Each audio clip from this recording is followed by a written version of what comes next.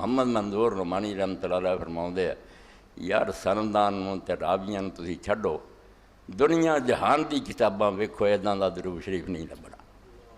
جو کچھ اس وے حضرت علی رضی اللہ عنہ حضور تے پھل برسائے عقیدت دے یہ مشکل ہے یہ نہیں مل سکتا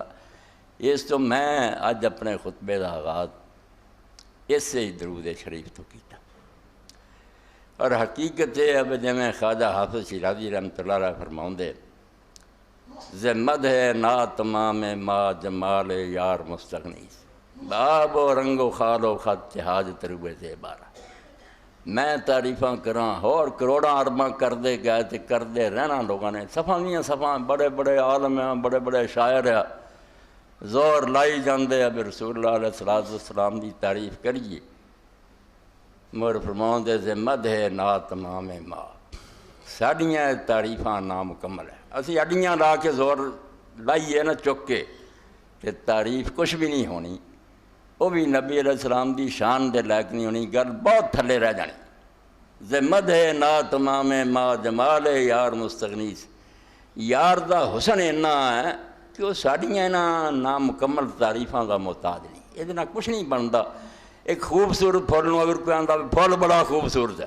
یہ انہیں کچھ بھی احسان نہیں کیتا ایک سچی گل نوں صرف منیا پھل لگے ہی خوبصورت ہے نام ہی کوئی روشن چاند نوں اگر کوئی آندا بے کمرے منیر ہے چاند چمک رہا تو انہیں کوئی اپنی طرفوں ایسی گل نہیں کی جنہوں آکھا جب میں نے تعریف کر کے کوئی دی شان ودائی ہے تو وہ گھٹ ہی ہونی زمد نا تمام ما جمال یار مستغنیس اللہ دے رسول دا جڑا حسن اور جمال ہے وہ ساڑیاں نامکمل تعریفاں دا محتاج نہیں اور مثال بڑی پیاری دیتی باب و رنگ و خال و خط جہاز روئے دے بارہ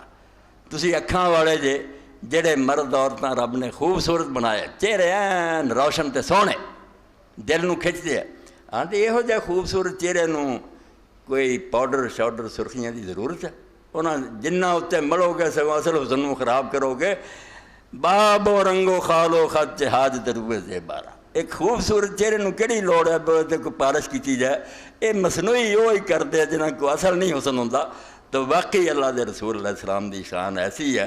جو ساڑیاں تعریفاں کچھ اضافہ نہیں کر دیاں نہ وہ کوئی سوار دیاں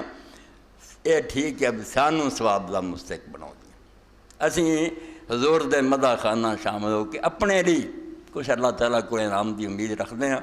ورنہ اللہ دے رسول علیہ السلام نوں ساڑیاں تعریفاں دی کوئی ضرورت نہیں